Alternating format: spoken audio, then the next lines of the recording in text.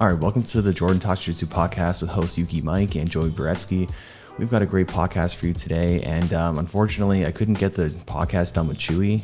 It's a long story, and we'll still be answering your questions either way. The one's directed to me and Chewy, and we'll be just talking like we always do. So let's get started with just talking about, like, Joey, how's your week been? I know you're competing on Saturday. Are you excited about that? Yeah, I'm looking forward to it. Hurt my ankle earlier this week, though, so that's a little bit of a bummer, but it's feeling good enough to compete, and hopefully he doesn't like ankle locks. So what is your mindset going into a tournament, like, actually injured? Like, does that make you worry, give you anxiety? Not really. I mean, I'm pretty defensively sound in my game. Like, I don't really get submitted a ton, probably except by you and Darren. But other than that, like, I do usually take good care and protect my limbs. And, it is just a tournament. It's not like I'm going to make $50,000 or something if I win. So, like, if something hurts, I will just tap. Like, It is what it is. And probably like an ankle is probably like the, best thing to injure if you're going to injure something, right? It's going to be the least impactful on you. Yeah. And it's probably like the easiest to protect. I'm actually less worried about like an ankle lock hurting it and more of like rolling it or something while trying to pass from the outside. Like, that would be more of a concern to me. Do you think it'll affect like your approach and your effectiveness in your guard or your passing? Probably not. I mean, once adrenaline gets pumping, like you guys have been there, you won't feel it at all. It'll probably hurt afterwards. I'll definitely feel it on Sunday, but I'm sure I'll be fine. Yeah, and probably likely you're not going to injure it worse. I mean, if it was like a knee or something like that, I'd be a lot more worried and a lot more careful and frustrated that I got injured right before the tournament. But yeah, like an ankle, it could be worse for sure. Yeah, and it is pretty, I think it's pretty minor. Like, it's only been 3 days, I think, and like it feels unpleasant, but it is healing and it's going to be fine. Yeah, exactly. What about you, Mike? Any news with Mike? I know you're on a podcast. You were on the Elbows Tight podcast, which is my favorite jiu-jitsu podcast. So guys, make sure you check that out because I think we're pretty good, but they're also really good. It was really fun. I went into it pretty nervous, but they're really good, really professional, and they calmed me down. And I went in with the bare bones equipment. All I had, I didn't have a setup like this. I just had an iPad, and I just jerry-rigged it up so it worked with, duct tape and whatever I had around me, you know what I mean? But it turned out pretty good. It turned out, I liked it. Yeah, good. I'm glad. I didn't get to watch the whole thing yet, but I watched about half of it, and I was pretty impressed. You didn't seem too nervous or anything, and the conversation went pretty well. Well, in my own head, I thought it was terrible, but then when I watched it after they edited it, it was pretty good. I'm sure there's a couple spots where they had to edit out, but generally it went really well. Yeah, good. I'm glad. And for my week, I went to Costa Rica, did some training at Chewy's camp, and I was hoping to get more content with Chewy, but unfortunately we only got one roll, but I'll be putting that one up on Wednesday, and I hope everyone's looking forward to that. So it'll be pretty good. Unfortunately, Chewy is choosing not to, commentate it on his channel, because I was really looking forward to a dual commentary, but it's not going to happen this time, unfortunately. But I am doing a role with a blue belt that he has a YouTube channel too, where he's starting one, and he's going to commentate his perspective. So I think that's very exciting. Who's this? Ben. Oh, right. Yes. From England. Yes. Yeah. We have a visitor from England. Who's like a super, super nice dude, and super awesome to have him. And yeah, he's also going to help me, edit like TikToks, Instagrams, like YouTube shorts, stuff like that. So yeah, the editing's going to just get even better and better. So I watched the video that he put out. It was very good. Yeah, he did a good job. So we'll get to some viewer questions, and so we'll start off with, this one is from Chris. Hi guys, this is Chris from Edinburgh in Scotland. This is a question for Jordan and Chewy. I'm going to actually ask two. So the first one is, who do you look up to?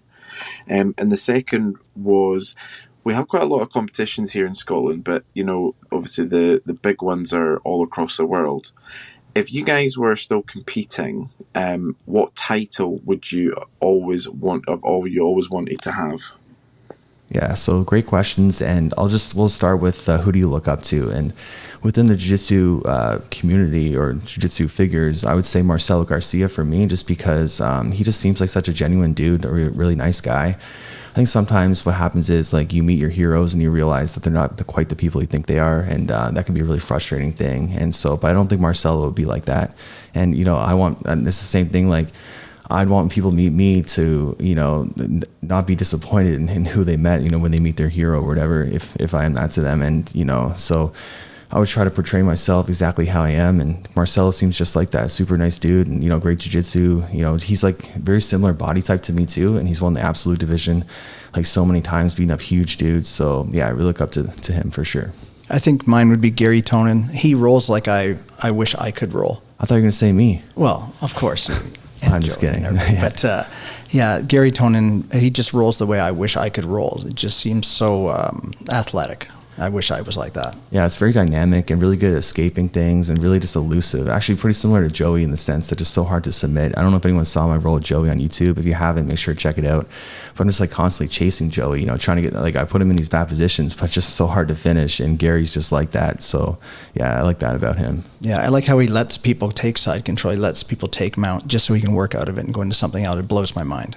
Yeah, that's the ultimate confidence. I think that's really cool. Yeah. Oh, you guys stole my answers. I was going to say Marcelo and then Gary, but since you stole those, I'll go with John Danaher. Yeah. Because, like, I love the way he approaches the game. I love his ability to be a coach to some incredibly high-level talent without having been a successful competitor himself. Yeah. I really look up to the way he analyzes the game. His second question in that was, if we were to win a prestigious title, you know, what would we want to win? And I think we all have the same answer.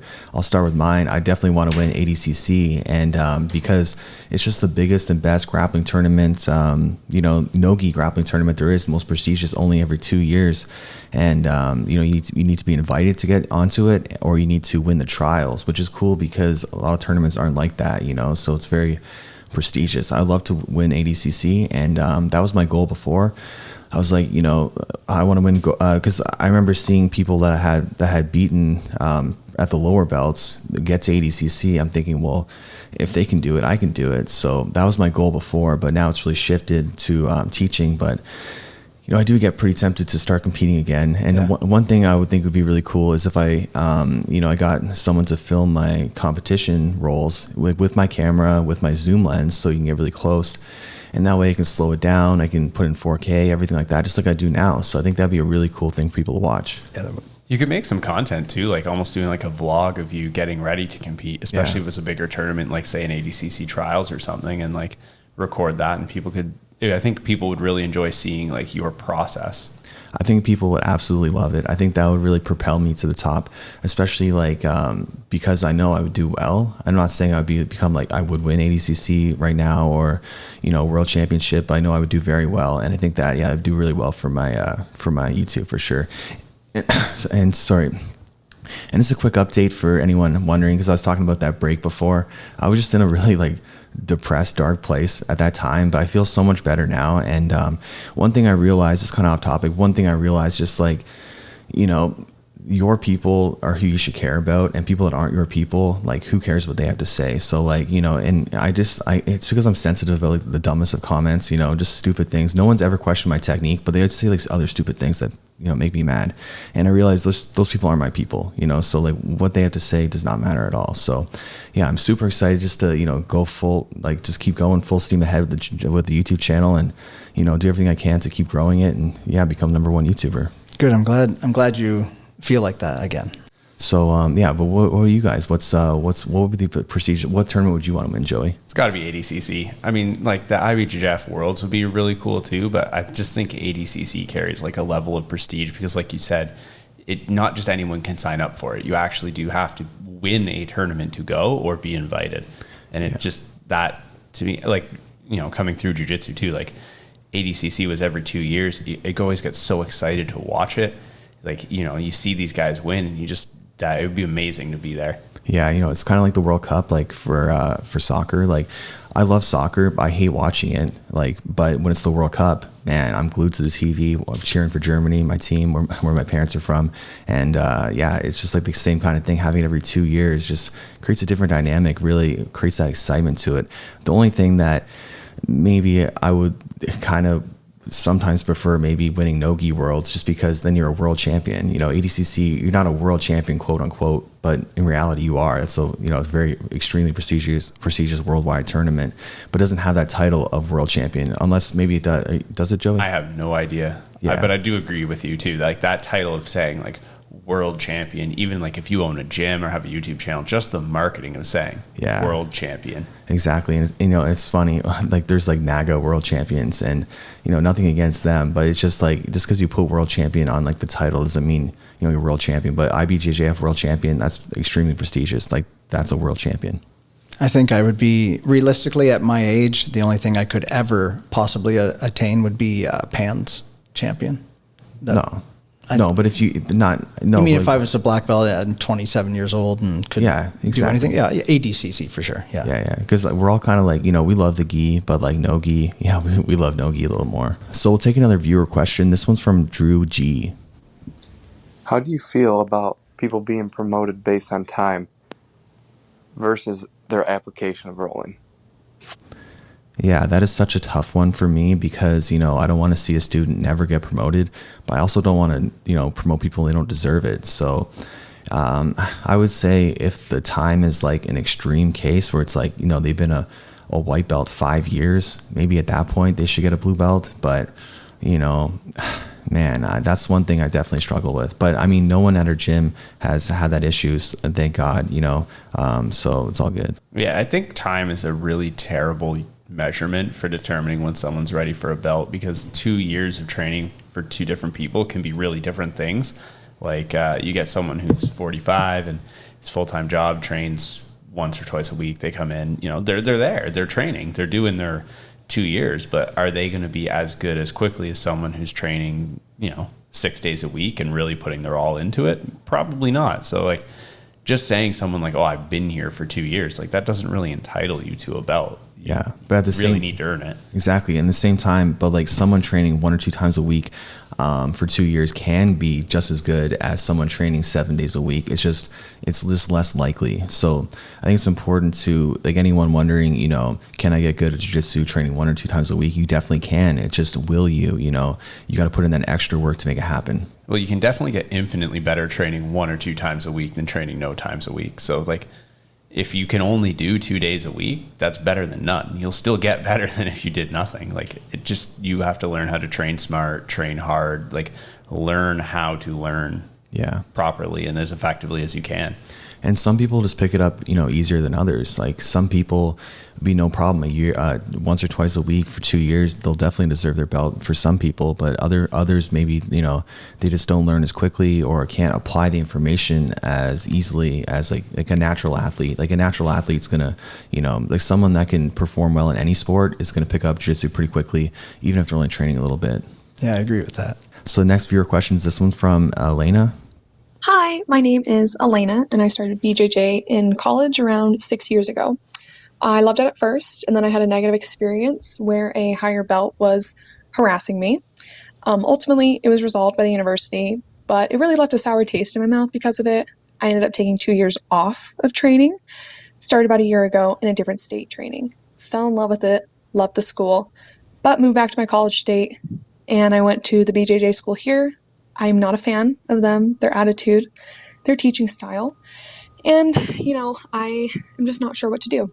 And so my question is, do I bite the bullet and continue training with this new school in this state because I'm moving in a few months, or do I try to train at the school that's about an hour away? And I guess I would just like to know what I could change about my attitude in training to continue my journey in BJJ. Thank you. So this one's such a great question and a really like loaded and important question. I think it's important people do talk about this kind of stuff because there's a lot of toxic gyms out there. And I think especially as a female, you run the risk of like creeps being out there. There's definitely, lady creeps too, but just because there's more men out there, and I think maybe they do tend to be more creepy than women on average. I don't know. What would you guys say? I would imagine that's probably correct. Yeah, exactly. So one thing we should do, we should get Nikki on the podcast sometime and get her perspective of all this kind of stuff. And, we don't know the situation with the higher belt, but, whatever it was, I'm sure it was not cool at all. And, first, that just sucks that you had a negative experience with someone. And first up, before we answer your question, do you guys know of any like stories or any examples of like similar situations? I've only trained at our gym. I've never seen anything like that happen. I've seen some things before that were questionable at best. I don't want to get too into detail without throwing certain people under the bus, but you train at a large gym with a lot of students, and you see some guys who might get overly friendly with a certain female student and have to be told a few times, like, your training partners, you need to learn boundaries. Yeah, exactly. I've heard some inappropriate comments over the years, which is really unfortunate. People have to be like that. And but when it comes to toxic higher belts, sometimes the problem is sometimes higher belts feel like they have something over a lower belt, where they're above them or something like that. And it's super lame because, we're all just doing jiu-jitsu. We're all just further, the higher belts are just further along in their journey than, lower belts. And, having that power dynamic is just super messed up. And, I think instructors can be really bad for that kind of stuff, almost God worship, hero worship towards them, where they want that. And a lot of instructors, they take advantage of their position and, start dating the students and causing all sorts of problems there. I see on Reddit all the time, my instructor's banging, this girl left his wife for this girl. Now this and that happened. And that kind of stuff should be left out of jiu-jitsu. Yeah, I would agree with that. I read about that stuff on Reddit all the time as well. It never goes well. No. Rarely goes well, sorry. No, it rarely turns out well, but it's way more common than it should be. Yeah, I know, Joey, you have a bit of a relationship story. Is there anything you can tell without going too much into detail? Don't do it. Don't try not to date people from the gym if you can avoid it, because if it doesn't go well, it usually goes really, really badly in the end. And let's be honest, let's face it, most relationships don't end the way you would envision them ending when they start. You're the exception, I guess. Yeah. But for most people, most relationships you get in are going to end poorly. And if they end poorly with someone that trains at the same gym with you and you have to see 4 or 5 days a week, it can get really awkward. Yeah, I know, especially in your situation, again, without going into too much detail, but, another training partner kind of did Joey dirty, and someone, he thought it was his friend, and, I just think that's super lame. So, and yeah, just on Joey's point too, those don't know, me and Nikki have been together since we were in grade 8. So I was 12, Nikki was 13. So we're definitely the exception to the rule.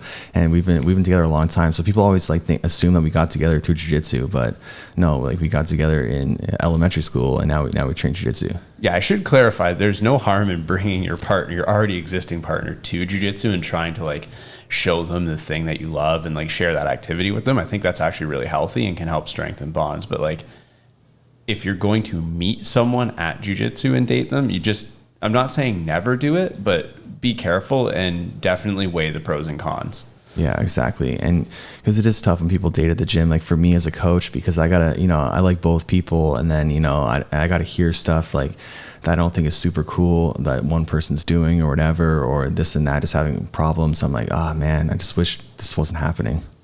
But to get into your question about, now you're going to a new gym and you don't like their attitude and the way they kind of do things, and you're wondering, if you should stick around there or kind of just wait until you move to a new state. I think it's just such a tough question to answer, because it depends on the reasons. Because we don't know so specifically, right? But for me, certain reasons, if I didn't like the gym, I still might train there just to get training in. But there'd be things that are over the line where I wouldn't want to be a part of that, for sure. I think she said there is a gym an hour away that she could drive to. Was it not? I think she said that. Yeah. I mean, that's what I would do, because the first gym I went to, that's how I felt. It was after a while, I kind of realized that this isn't what I want to do. This isn't where I want to be. I don't agree with the way they do things and the way they act and all that kind of stuff. And so I decided to join a different gym, and this half hour away, which is not as far as you had to deal with, but even half hour sucked. It sucked driving, but it's definitely worth it. And I'm glad I made that decision. And when I left that gym, they're basically telling me I'd be nothing in jiu-jitsu, and they're just being rude, talking shit. So that's one problem too. You leave a gym and these people are just being not nice to you, right? And that's something hard to deal with too. I couldn't imagine staying at a gym in a toxic environment. I would find another place. I don't think I could stick it out. Just myself, I couldn't. Yeah, I mean, I almost quit jiu-jitsu entirely because I didn't want to feel like a traitor leaving that toxic gym. So I would have been done jiu-jitsu if I would have drank that Kool-Aid a little bit more, where you're a traitor if you leave. So yeah, it depends on the reasons. I mean, what are some reasons that would make you not want to train at limit? Let's just say the gym went to total crap, and then what are some ways that, you'd be okay, this is it, because other gyms might be like that. People not rolling safely. Yeah, that's a big one for sure. Especially with pre-existing injuries, people with pre-existing injuries, them going too hard and just saying, fuck it, I'm going to do whatever I want to do. Man, some gyms train too hard and just recklessly, and some train too soft too, where some are just it's too light, and I don't want to roll that light at all. Yeah, I mean, that's like, obviously, like Mike said, the training people who go too hard and too aggressive. But of course, like, if people aren't training to the standard you want, I mean, the beauty of jiu-jitsu is that you can train it in a relatively realistic scenario with someone. And if your training partners just aren't rolling or aren't doing things with any sort of like energy or effort, it's almost becoming more like traditional martial arts where you're just running through katas, which isn't for me. Yeah, and there are a lot of gyms out there. The minority, but there's definitely gyms out there. And but what else? What about you, Joey? What would be like a deal breaker for you? For me, it's when things start to get almost down like I hate to throw the term on it because I know I'll offend some people, but like the cult-like atmosphere where if you've got like a picture of someone you have to bow to and you can't train at other gyms and things like that. And especially if the instructor at a gym is trying to tell you what you can and can't do in the hours that you're not inside that gym, that's a really big red flag and problem. That's exactly what I experienced. At the first gym, trying to tell me I can't go to open mats, I can't do this and that, just like kind of mocking, learning jiu-jitsu online and stuff like that. Sometimes black belts instructors think that they're black belts in everything, or, lower belts might have that feeling towards them too. They're a black belt in jiu-jitsu.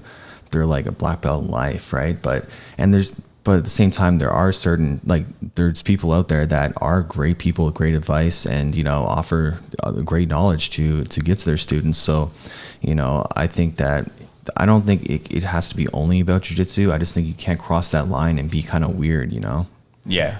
Yeah, I think you're definitely right. There are a lot of black belts who think that somehow their black belt in jiu-jitsu entitles them to lecture people on other parts of their lives, which it does not. Exactly. I like when I'm feeling motivated, I'll just tell the gym, the students in class, you can do this and that, I did this and look at all this stuff. I'm just sometimes spreading my excitement and my determination. But yeah, I don't do any of that stuff when it comes to religion or politics. It's contagious when you spread your excitement. It makes all of us want to strive to do more as well, because we look up to you, right? Exactly. And one thing, that's another reason I want to compete too, because I always find competing just amps up the level, the vibe in the gym. They know I got a fight coming up, or Muay Thai fight, MMA or jiu-jitsu. And everyone's always super pumped up, training hard, just great vibes, smiling. And I love that transferring that to the gym too. Yeah, it's always a good vibe. So, let's keep, actually, we didn't really 100% answer your question, but, it just depends. Should you wait it out to go to the new state and start training at that gym? I guess it just depends on the reasons, right? Yeah. It would depend on the reasons for me. Yeah. I think if you really don't like it and you have the option to train somewhere else, even if it's once or twice a week, and you like that gym, if you can make it happen, it's not going to hurt your jiu-jitsu progress to go once or twice a week if that's all you can do. And if you don't like the other place, you're better off doing the commute to the place that's further away that you like. Exactly. Yeah. And just really quickly, I'm just really sorry you got to experience that. There's a lot of toxicity in probably everything in life, and jiu-jitsu is no exception.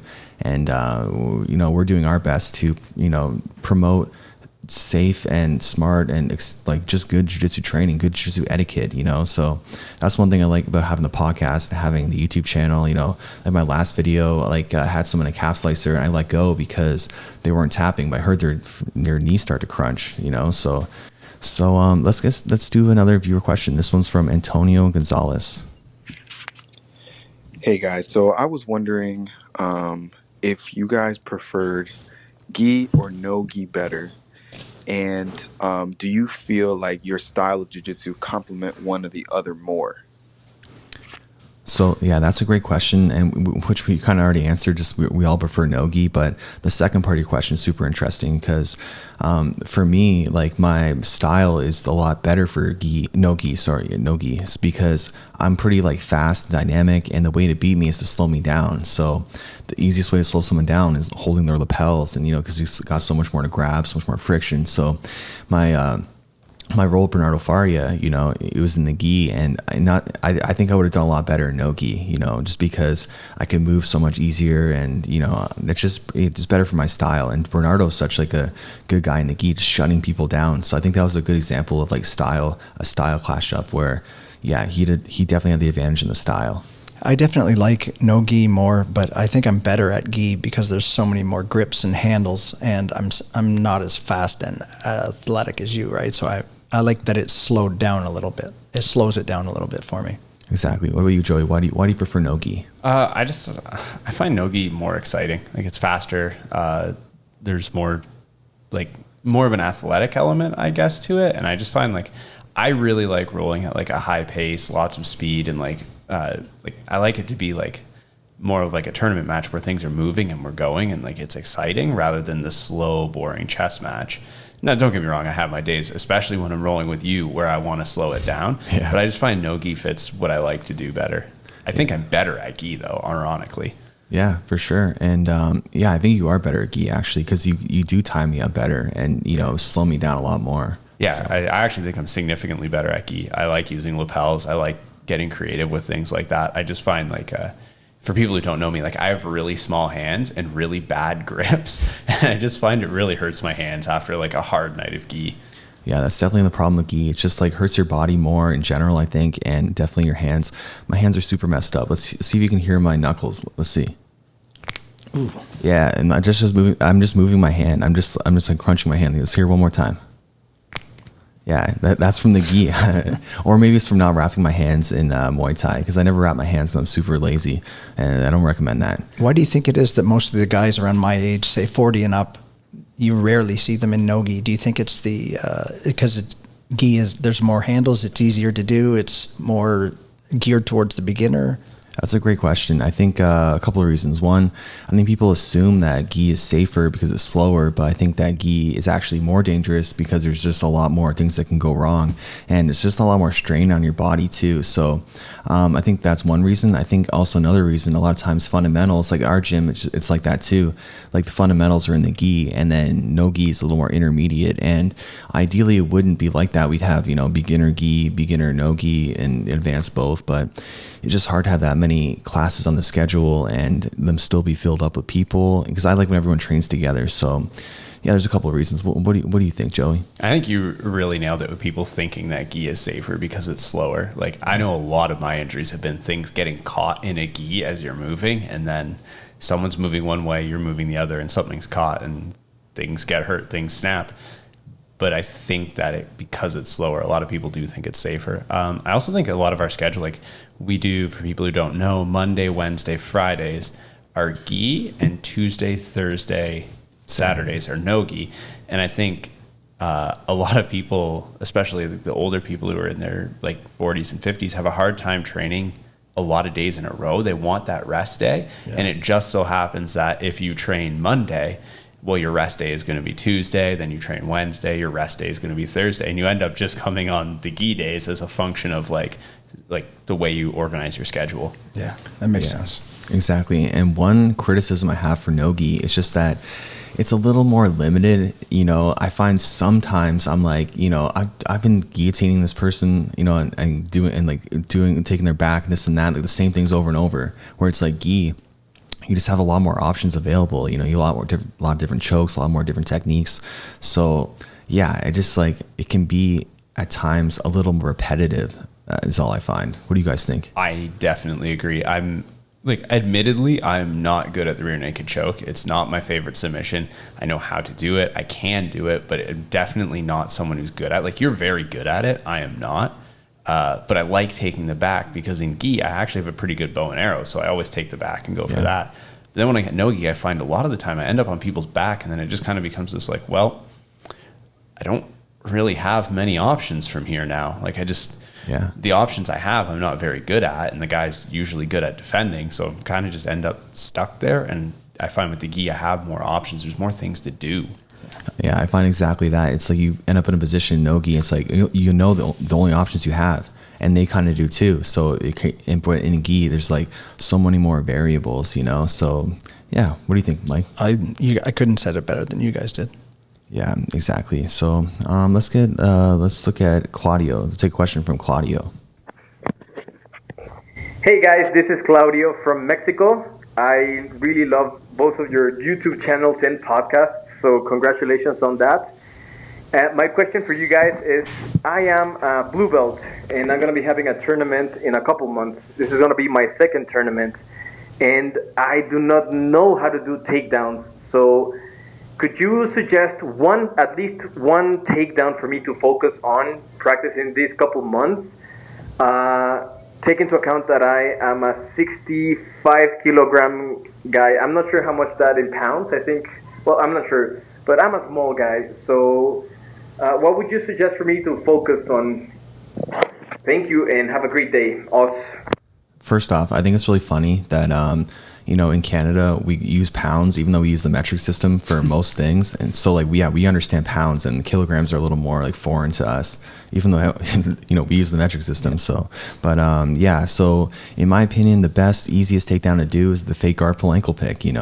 Man, so many people send me messages showing like videos of them hitting that in the tournament, and they learned it from me, which I originally learned it from the Mendes brothers. So I got to give them credit. But it's so popular because it's just so easy to do. It's just even if you fail it, it's just nothing bad happens. So I think it's important to get good at low risk takedowns, where ones that, say like a double leg, for example, if you mess it up, you're sprawled on, or all sorts of bad things can happen. But like a single leg, it's a lot harder for them to sprawl, and if you don't get it, or an ankle pick too, you just kind of reset in the same position. So it's funny, I put out a video like a long time ago, over a year ago, and it was like takedowns to avoid, and one of the ones I said was double leg, and then I had like wrestlers getting pissed off at me. They're like, oh no, it's wrestling 101 fundamentals, double leg.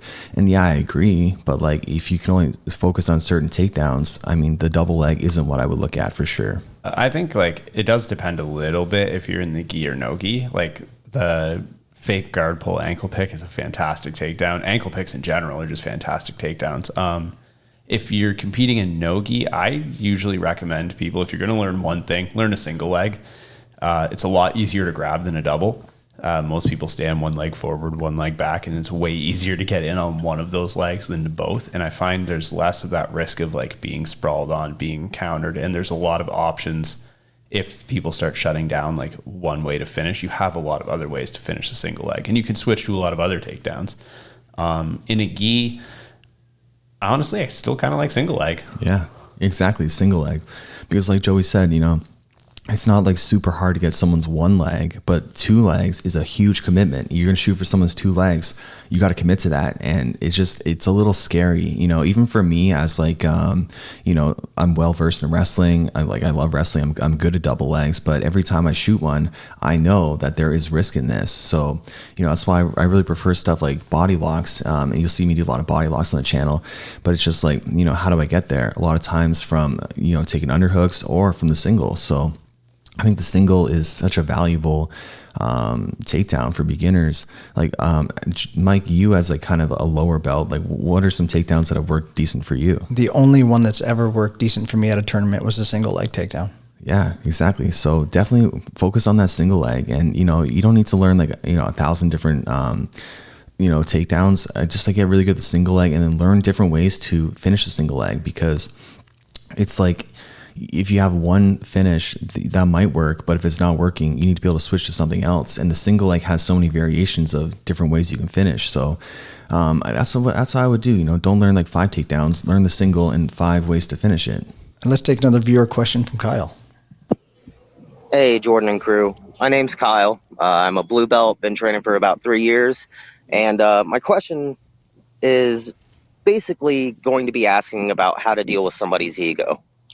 My best friend ended up joining Jiu Jitsu with me about 2 years ago and has been taking it really seriously in an actual gym for the past year. And he's getting really good really fast. Normally, when we roll, it's kind of back and forth, but lately he's been getting the better of me. But I've been noticing him saying things like, oh, Kyle's just my warm-up round. Or going around and always talking about the subs that he's getting on other people in the gym. And recently he even went off on somebody because they cross-faced them a little bit too much and gave him a bloody nose, and basically told him that if they're going to do it that way, then he's just going to run through them. And granted, this kid was 15 years old and this guy's 35. So my question to you is, how do you deal with somebody's ego who's a friend without giving them the business too hard? Thanks for everything you guys do, and hope to hear from you sometime soon. Thanks. So this is a great example of just a terrible training partner. Like, all these things this guy's doing is just not cool. So for one, I'll just start off with, communication is the best way to deal with any sort of situation in jiu-jitsu or in life. Okay. So I've got no problem ever telling people how I feel, because I tell them in a way where I empathize with them. I'm not like critical of them. I'm like telling them, like, just telling them how it is in a nice way. You don't want to like offend them, because then they won't take criticism very well at all, right? So rather you want to tell them from a place of of like understanding, because for me, I was really I was not a great training partner when I started, because I just rolled too hard, and too reckless, because I just wanted to win at all costs, but nobody told me not to, so I think that was the issue. There was never communication, never be like, Jordan, you're going too hard, like calm down. So if someone at our gym was doing that, I would just tell them, like, look, you're rolling too hard, and if you're going to do that, you can't roll anymore. So, and it's the fact that he was saying, like, he's like kissing and telling, he's like, he's getting you, and he's telling other people. That is super not cool. What do you guys think? Not cool at all. If you submit people in the gym, don't brag about it. Don't talk about it. It's not like, it's okay to say, like, maybe if you're talking to someone, like, oh yeah, like I was trying this move the other day and like I feel like I'm getting better at it, I managed to get it on this person, like that's a little more okay, but don't brag about it. It's not, no one really cares who you submitted in the gym, and you don't know how hard they were trying. If they were trying like a brand new game that they've never used before, and they're like, let's see if I can make this technique work that I've never tried, and then you countered them and you brag about it, well, just kind of makes you look really petty. It's not a good look. Yeah, I think that like makes him look bad. That's just a reflection of him. And I would just tell him, like, you don't like that he does that. That's that's like makes you feel bad. Not be like you're a dick, this and that. Just be honest with him. It makes me feel bad when you say that to me. And I think that'll be like literally enough. And I don't know, have you guys ever had a situation where someone's talking about the submissions they got on you? Because I know I have. I can't think of anywhere. Well, just in joking around, like a buddy of mine, like maybe Justin or me and Joey joke around, or me and you joke around, but nothing serious. Nobody's saying, oh, I like effed up Mike the other night, and I'm standing right beside them. I've never heard anybody say stuff like that. Yeah, just like a couple times. I just remember just like just some chatter of like how the roll went or something like that, and it's just super lame. This is like a long time ago, but like yeah, that's not cool at all. And for me, I might joke around and say someone's a rest round, but it's because I'm a black belt. So if I like joke with like some blue belt that's like like you, I could make that joke with you because we're friends. And I'm supposed to beat you up. You know what I mean? Yeah. So I don't think that would offend you. No, exactly. But like, would I say that to another black belt? No. No, I wouldn't say it to a brown belt either. Maybe a purple belt if like we were friends and just on that friendship kind of agreement, we joke with each other. So yeah, but you don't have that. Like, you guys are friends, but still, you guys are both white belts. We both started at the same time. So yeah, that's super, super lame. And you definitely need to talk to him about that. Yeah, I was rolling with one of our blue belts, a newer blue belt, the other day, and I was getting ready for competition. I talked to him. I wanted to be responsible and say, like, hey, I'm competing on the weekend. Do you mind if I go a little bit harder with you? Like, I'm just trying to work on some cardio things. And he said, yeah, sure. Like, I'm kind of tired already, but like I'll be a good training partner and we can do that. And I did put a really good pace on him, and I was making him work a lot with not working as much myself, and I could tell he was really tired. And at one point he actually hit a really good move on me, and I was like, oh, you're gonna make me break a sweat, like as a friendly joke, and like I'm friends with him, we talk. And then I realized after, I'm like, I really hope that didn't come off rude. So I actually went and messaged him later to say, like, I hope you didn't think I meant that in a bad way. Like, I was joking. Obviously, like, you're one of my favorite people to roll with. I roll with you like every class. And he was like, no, I'm not bothered by it at all. Like, I understand it was a funny comment in the moment because I was dripping sweat and you weren't. And I was like, yeah. But if people are making these comments like, you're the rest round, like, if it is a joke, it should be very clear that that's a joke and not a comment that they're meaning with like the intent that it sounds like it's coming with. Like if he said like, "Oh, you're my restaurant," and he's like, "I'm just kidding, man. Like you know, you're always a good roll." Like, okay, it's a joke. He's clarified it, but yeah, I wouldn't say that to someone. You could hurt someone's feelings pretty bad with that. And a joke is only acceptable if the person being joked about is okay with it. You know what I mean? So like, just because he's joking doesn't mean it's okay, you know, but because you guys don't have that dynamic, you know? Yeah. But like, yeah, like Joey said, you know, maybe because we're higher belts, we'll maybe make some jokes here and there. And if we do feel like, oh crap, maybe we like cross the line, maybe like we will message them after. And a great example, actually, I need to message Alexi, or if you're just listening, Alexi, I'm sorry, because like I was just joking around with him because he didn't want to roll with Kai on camera, and I wanted 2 blue belts. And I said he was scared, and then I felt bad. I'm like, oh, maybe like that is not a nice thing to say, you know. But I was just joking. But again, I don't know how you took it, so sorry, Lexi. I'll message you. He's got pretty thick skin, and we're pretty good friends. He would have mentioned it to me if it bothered him. I'm sure it just bounced off his back. Yeah, that's what I figure. Lexi's pretty like chill dude, and but yeah, like it is good to like, you know, if you do think you might have crossed the line, just play it safe and just I know like. A lot of times people like message Nikki after and been like, oh, I'm so sorry for like I shouldn't have said like they're Nikki, but like, you know, Nikki knows they were just joking, it was all good. But yeah, it's just like some people do that for sure. And then, you know, this guy's like you know, he's getting mad and people are going hard on him, you know, like he's like freaking out. So it's the same thing. It comes down to communication. So like he should tell the person cross facing him hard, like that's a little too hard. And you know, I appreciate if you just didn't go that hard to give me a bloody nose, you know, and much more likely they're not going to do that to him, as opposed to if he just gets mad and says that kind of crap. Now when they roll, they're going to go hard and butt heads, you know. So communication.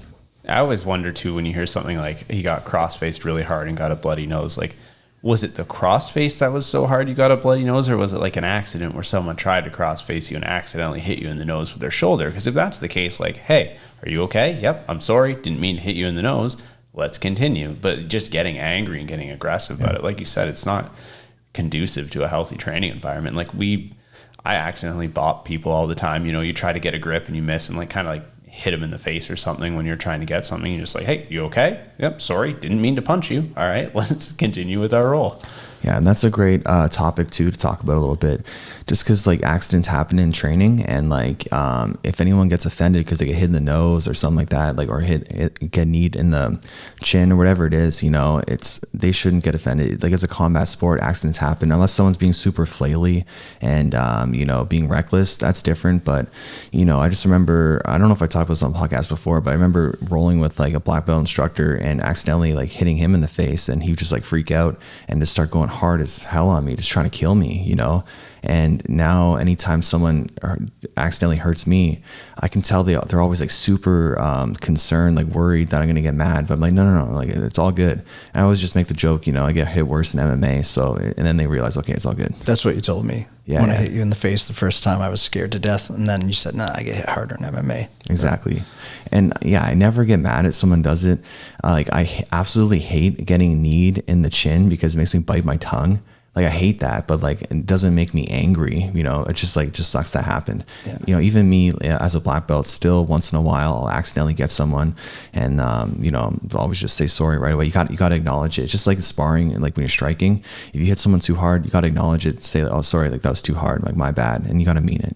Do you find you ever have days where you just feel like really uncoordinated when you roll? Like, I had one last night.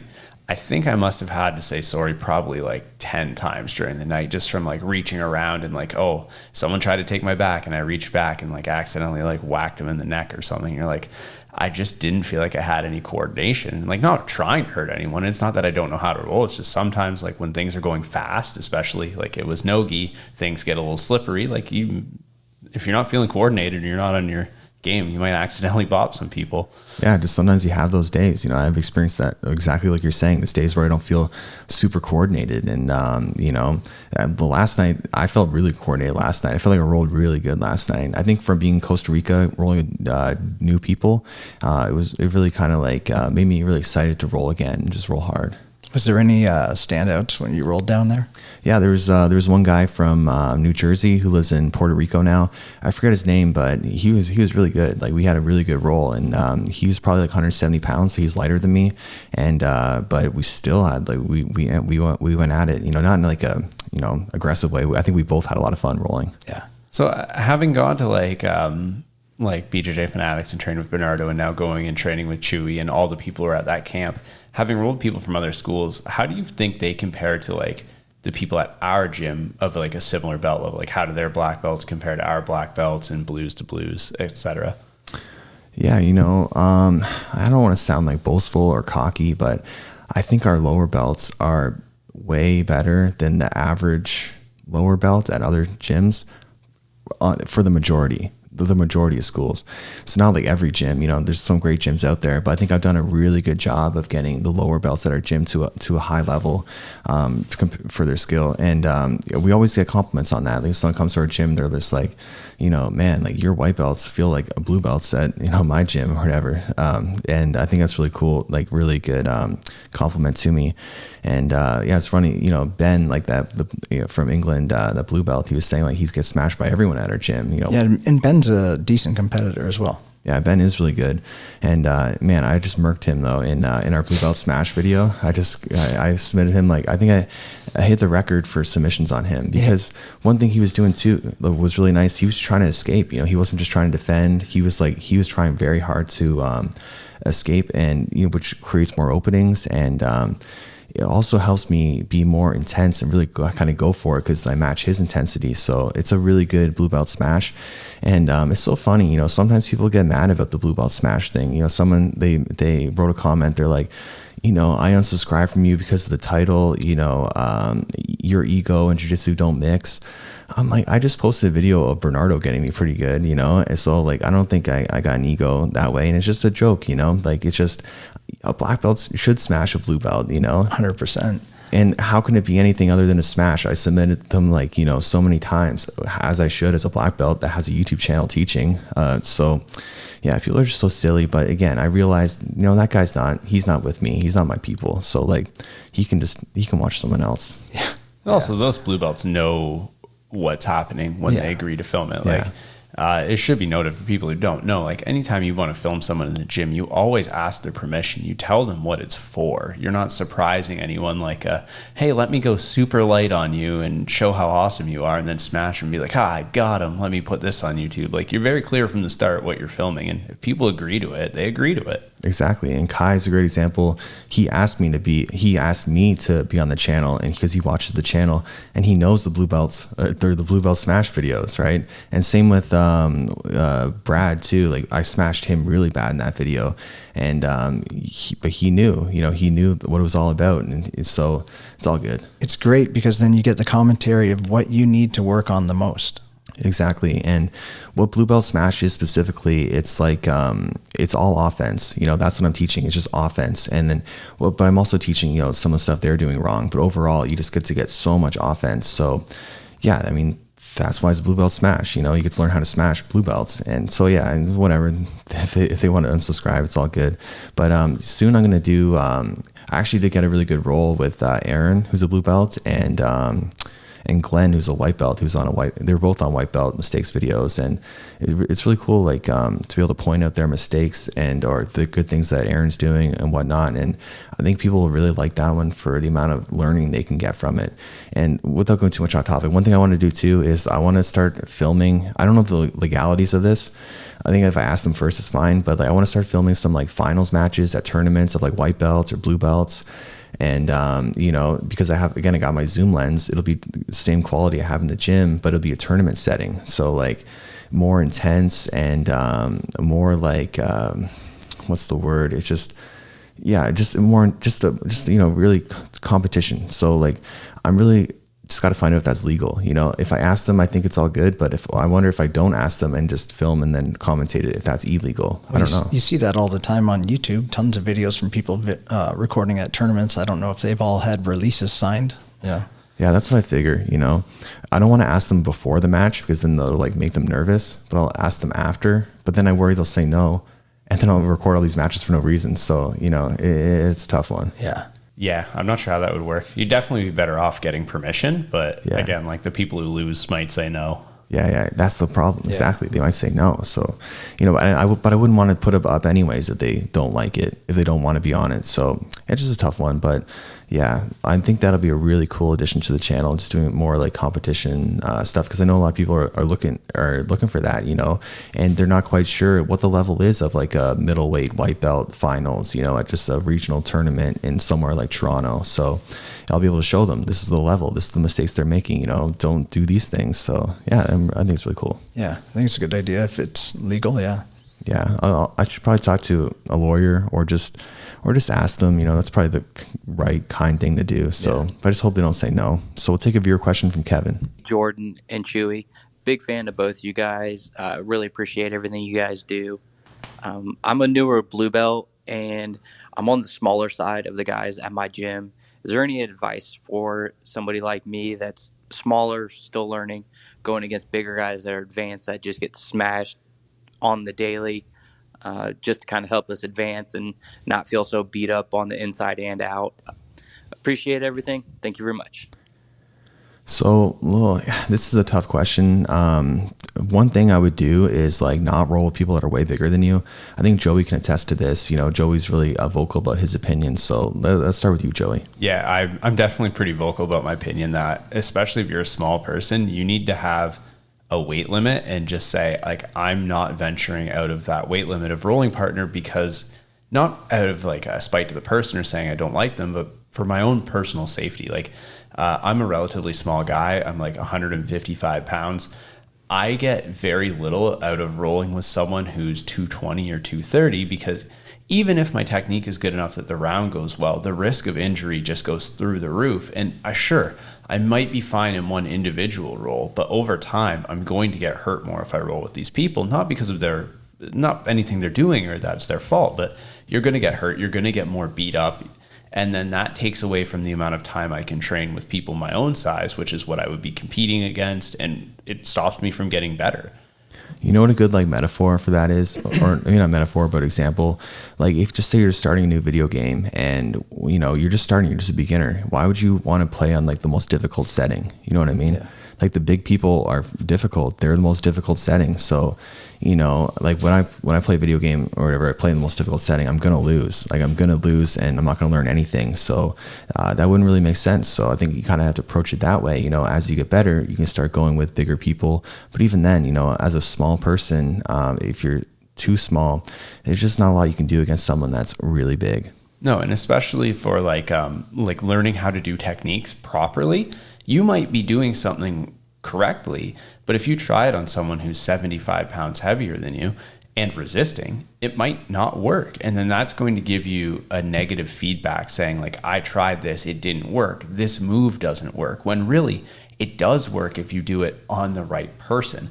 Like I know I've been putting a lot of work in with my wife lately. She's been doing a lot of private lessons with me, and I've been teaching her a lot of techniques.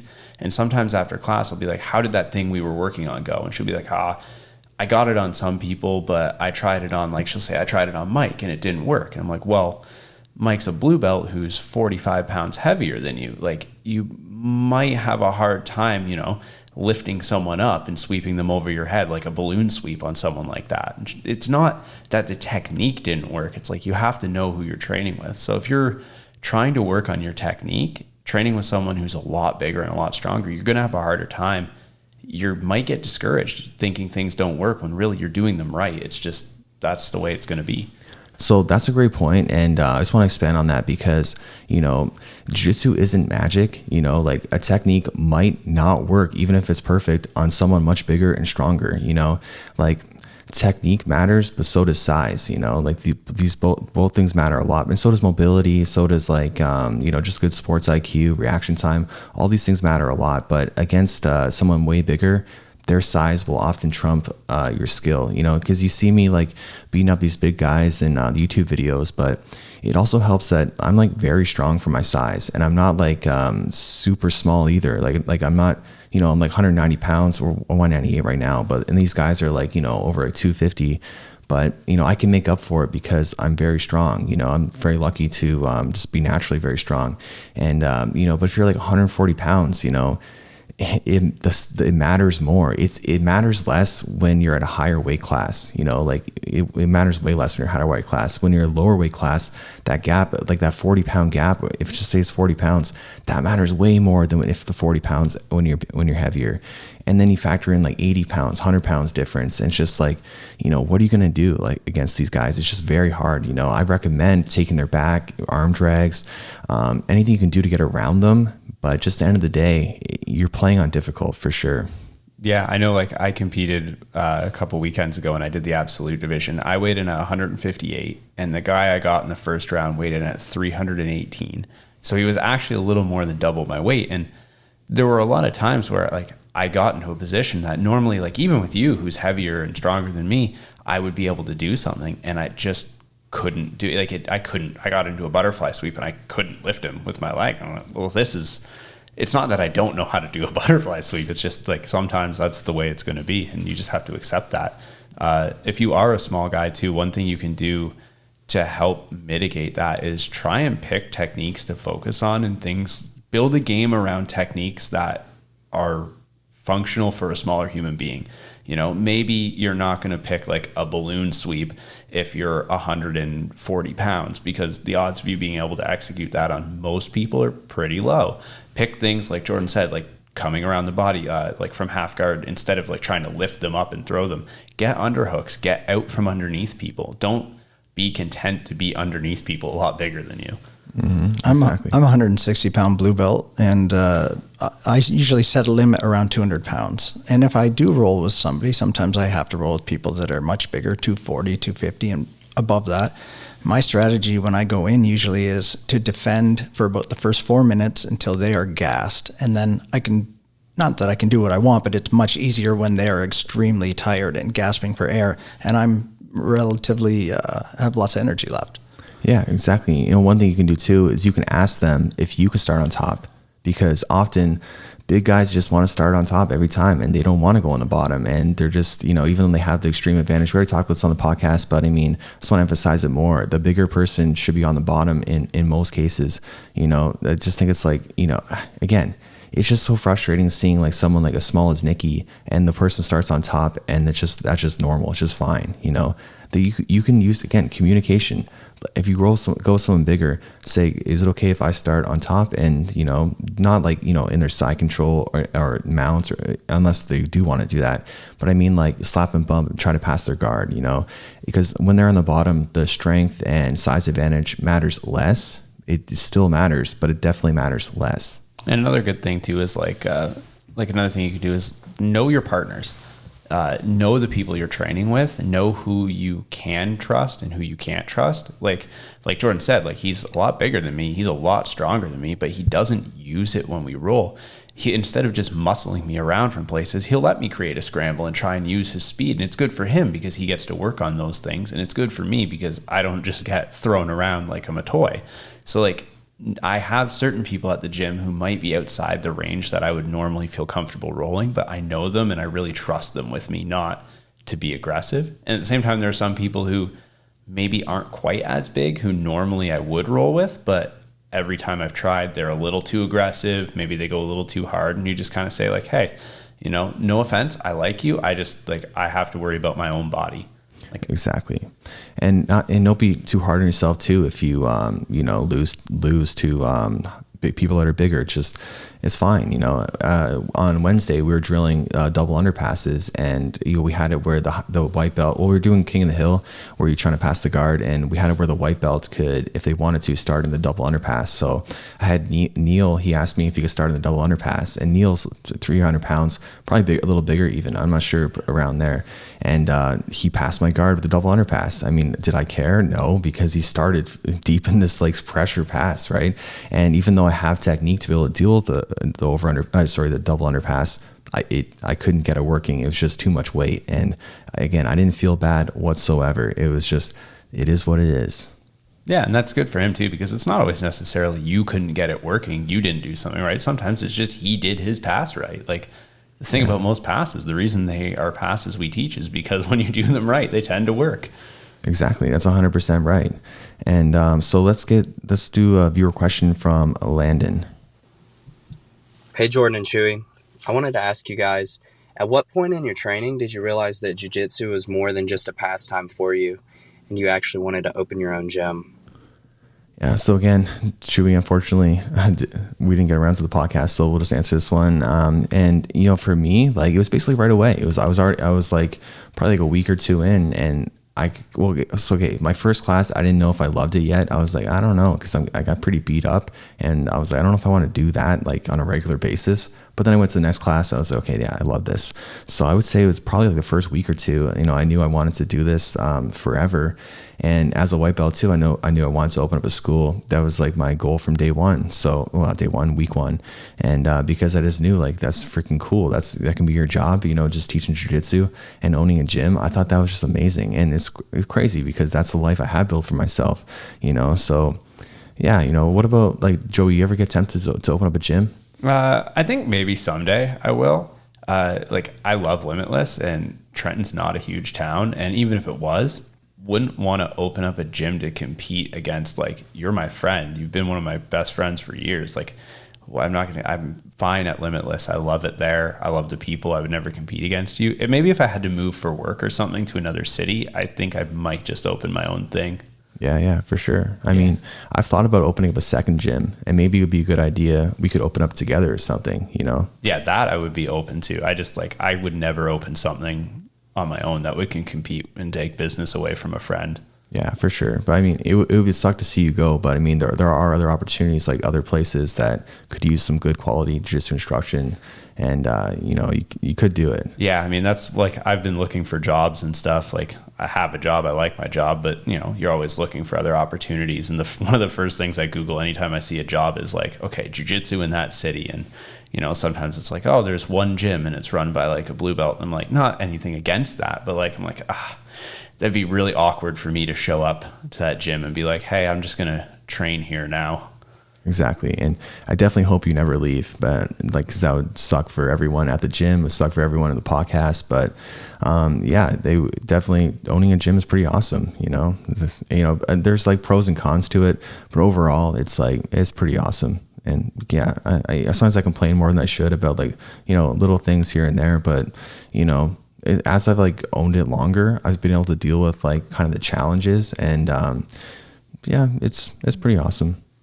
I don't think I'll ever own a gym. I just like being part of the gym. Yeah, because the thing is, I don't think everyone realizes that it can be more fun to be just a part of it rather than owning it.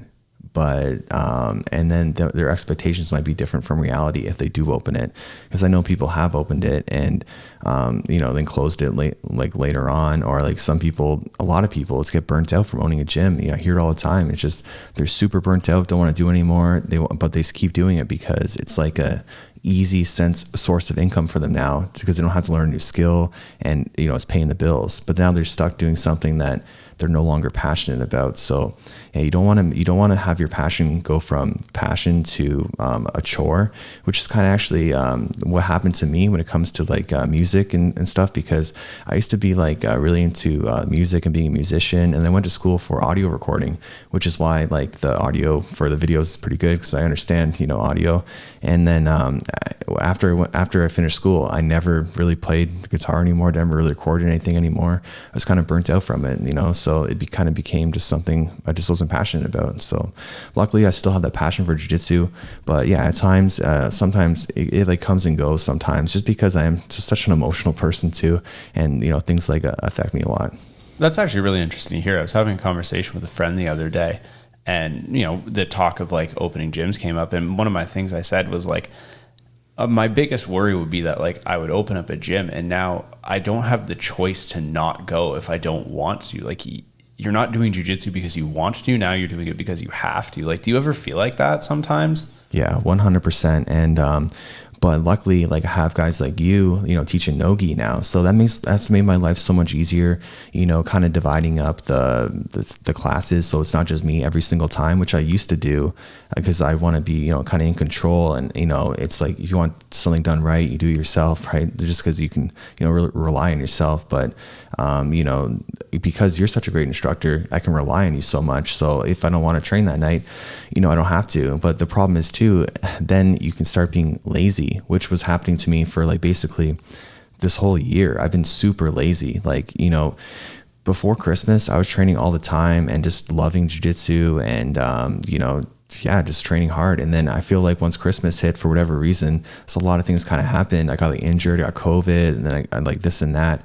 And then I just kind of lost a lot of motivation. So yeah, there's pros and cons to it. One thing too, I hurt my wrist and it's still hurting. Like I still can't rear naked choke people because I can't slide my hand underneath people's necks. So that's been really frustrating, and hopefully that goes away soon. But yeah, that's interesting to hear. And we're all at the gym glad that you're there as much as you are. For sure. Yeah, I'm glad because, you know, I always want to be happy when I'm there too, because it just makes a better vibe for everyone.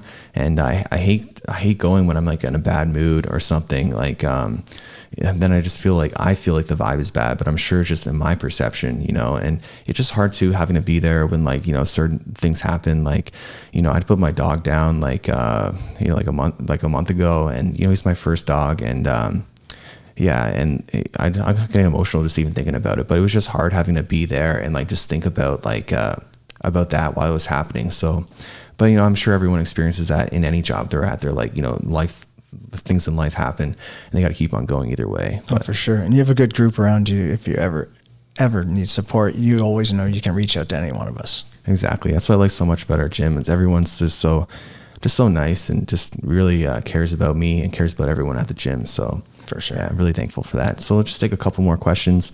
It's been a pretty long podcast, but yeah, it's going pretty good. So let's take a couple more for sure. So this one's from Archie.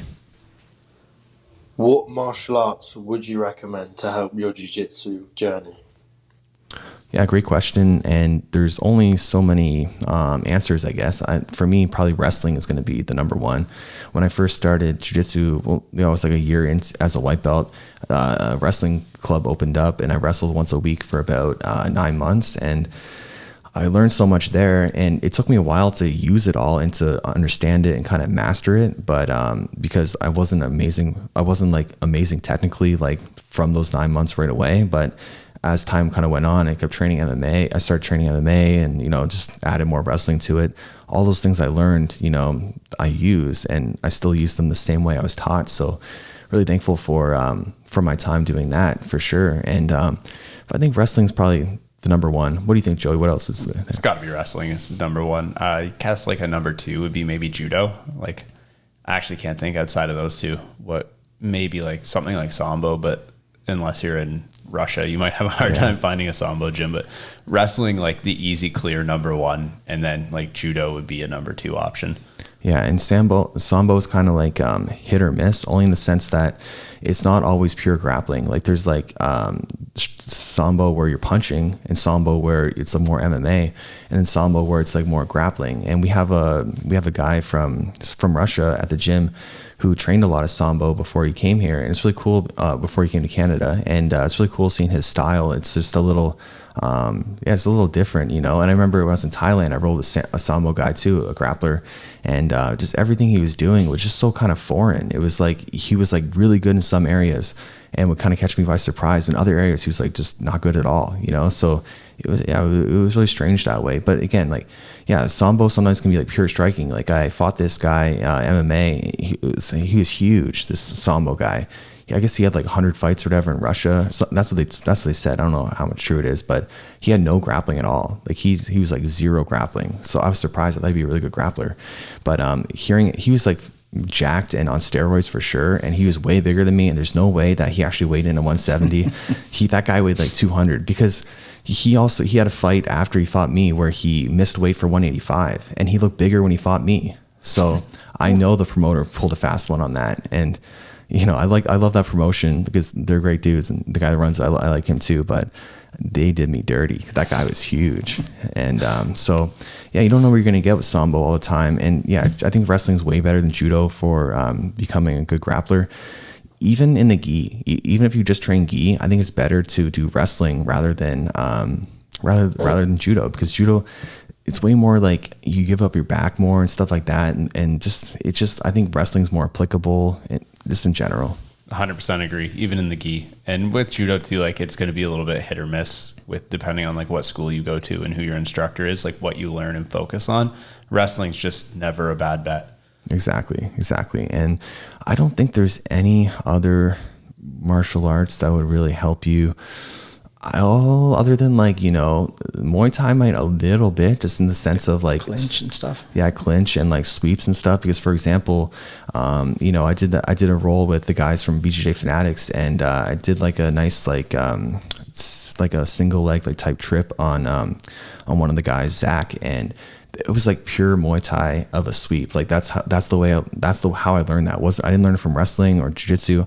I learned it from Muay Thai, how to do it properly. So yeah, it was cool that I used my Muay Thai in that grappling match, even though I didn't punch him or anything like that. So do you think that most schools are lacking in takedown instructions? Yeah. Well, it depends how you define lacking. Like lacking 100% in the sense that they're not going to become as much of a complete grappler without having takedowns. But I don't think that every gym needs takedowns. Every practitioner needs to learn takedowns or even needs to become proficient in them. It's like, they cause the most amount of injuries, and they're just like, I don't know. Most people just want to grapple on the ground. It's just the way it is. It doesn't need to be for self-defense. It doesn't need to be for MMA. It doesn't need to be for, being just like, just a world-class, like a grappler. You can just get good at the ground, have fun. And that's what you do. Yeah, that's fair. Yeah, so, I pull guard in every tournament I do, just because I'd rather maximize my time grappling, like on the ground where I train to grapple, rather than have a really terrible wrestling match. Yeah, that's exactly what I've done too.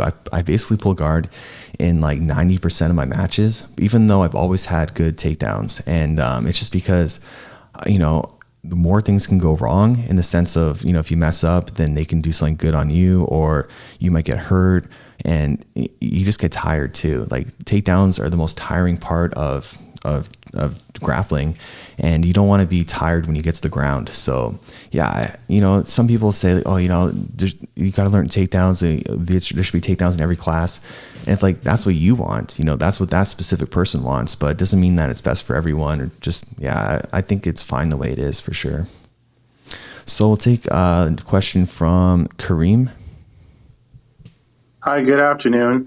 My name is Kareem, and I'm a fan of both of you. Here's my question. I've just started returning back from jiu-jitsu after surgery.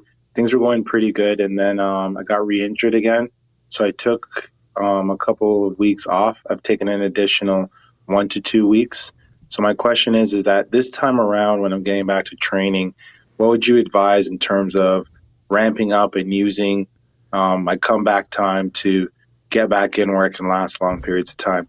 Keep up the good work, and thank you in advance.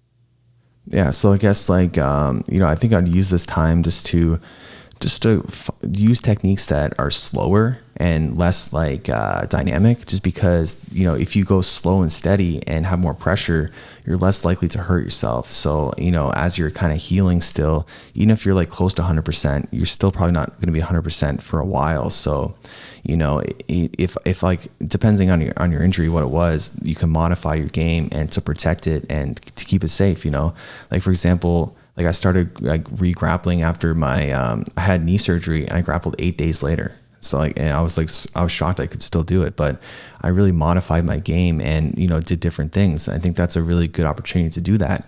Another great example too is, our instructor, like we're under two people, Steve Burgess and Dan Guimet, and Dan had a stroke and lost like a ton of strength in his left side. And he had to totally revamp his game, but he's still a killer on the mats. You would never be able to tell he had a stroke. So that's my recommendation. Just trying to like, play a different game, do just like different things than you were before, and just focus on that, being really close to your opponent. Yeah, I know personally for me, some of the biggest improvements I've made in technique or like finding new things have come from being injured and not being able to do what I like to do.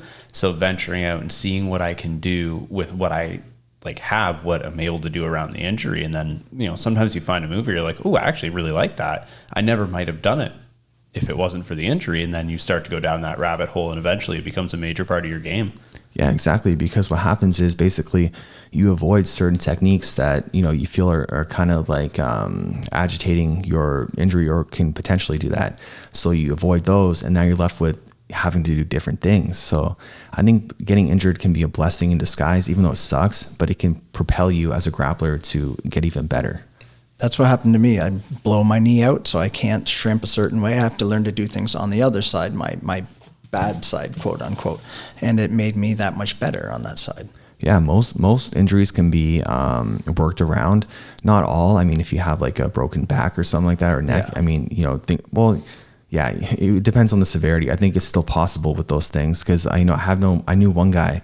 He was in a car accident, broke his back, and when he went to the doctor after training jiu-jitsu for a while, his doctor couldn't believe how much better his back got from it, just getting more flexible and whatnot from being put in these positions. I was like, wow, that's amazing, because I remember he was worried about training because of his back, so it did like a 180, so. Yeah, man, that's really cool to me. And like I was saying, like Dan Guillemette is just the perfect example. I mean, he was like super messed up from a stroke and came back like so good. Like if you were to, I'm sure he was good before that. I only grappled with him since the stroke, but for having a stroke and being like in his 50s, he would just mess up most black belts out there. He's super good. So yeah, I think anyone like feeling bad about themselves for like, oh, I injured this or that, don't feel bad for yourself. Instead, just keep going and work around it, unless it's really bad, for sure. Yeah.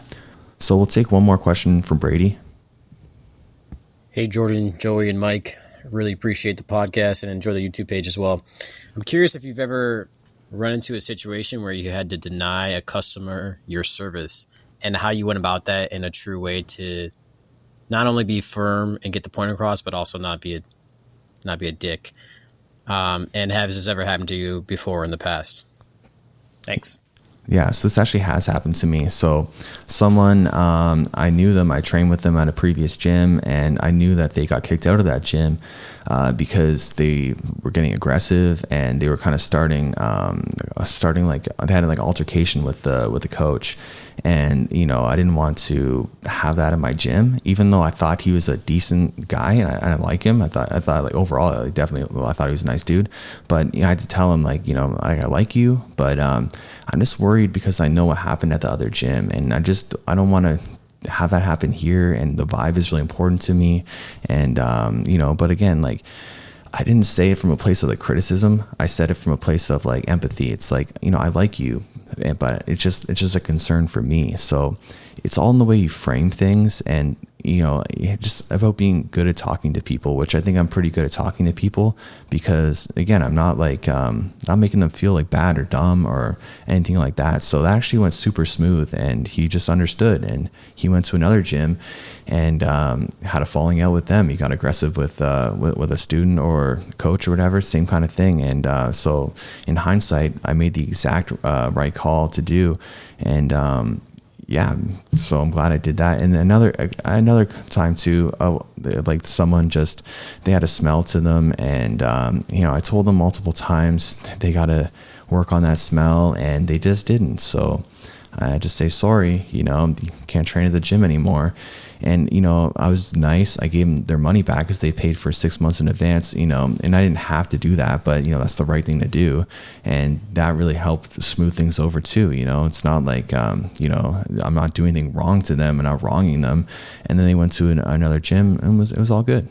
I remember another time there was a fellow that was saying inappropriate jokes when we were sitting around. Do you remember that? It was like racist jokes, and you had to have a talk with him. I don't remember that one, but I remember another story. I was teaching kickboxing, and I just told like a dumb joke because I just thought it was really funny. It's so dumb. I just said like, what kind of bee gives milk, or what kind of bee produces milk? And I said a booby. It's just a dad joke. Yeah, it's a harmless joke, whatever. And then he made a joke. And I forget exactly what it was, but it was like super racist against black people. I think we're talking about. Oh yeah, so you were there? Yeah, I think we're talking about the same person. Yeah. And that was freaking. I was like, what? What'd you say? And there was people of color around as well. And I just like, I didn't know what to say. I was just shocked. I'm like, that's not cool. And then we kind of just went on. I talked to him after class, and I told him like, you can't say things like that. And basically told him, yeah, you can't train at the gym anymore. He had just told me he can't train at the gym. And I made the right call because, yeah, he was a weirdo, and I don't want that kind of stuff. That's the kind of thing you don't get a second chance for. Yeah, no. you know, I definitely give a lot of people second chances, you know, for whatever, but not something like that. You know, you just revealed your hand. You know, you showed your true colors. So you can't make me racist jokes. Like, no, never. Yeah, a smell or rolling too hard is forgivable. Some things are a little bit too much. Yeah, exactly. I don't know what went through his mind where he thought that would go over well. You know, what do you think? He thought people would like laugh at the joke or whatever. I don't know what he was thinking, but yeah, he was weird too because he wore a picture. Like, he wore the gi in a picture on his Facebook profile for like you know, for months afterwards.